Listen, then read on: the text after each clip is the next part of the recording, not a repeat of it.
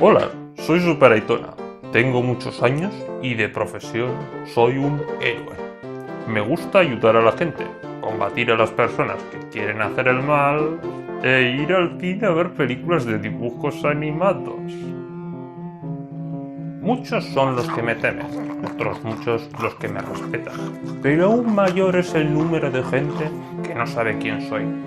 Esta es mi vida. Super Aitona.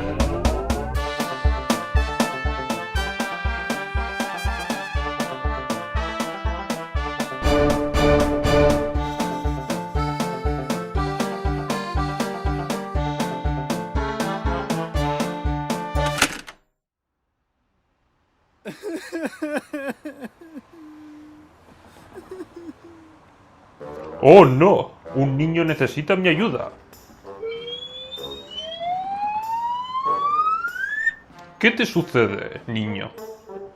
Viejo, necesito ayuda. Una abuela me ha robado la mochila. ¡Oh! ¿Cómo es eso posible? Era una señora muy fuerte. Probablemente pesará más de 40 kilos. No te preocupes, niño. Encontraré tu mochila. No te muevas de aquí. Enseguida estaré de vuelta. ¿Qué tenía que hacer yo?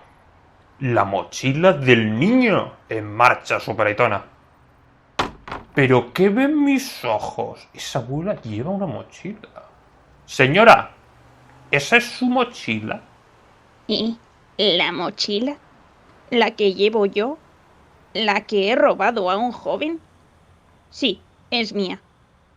En ese caso, perdone la confusión. La habré confundido con otra persona. Que tenga una buena noche. Igualmente.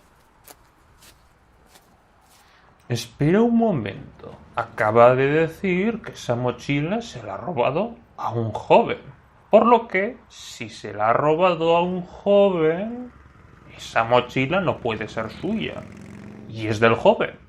Es decir, me ha mentido y esa mochila tiene que ser del niño ese.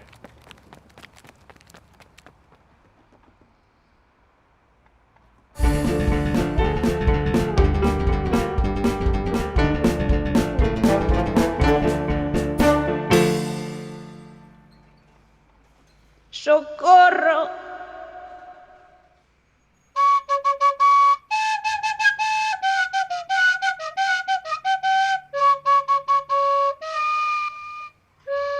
¡Qué dilema el mío! ¿Salvar a esta señora o a la mochila? Rápido, que me caigo.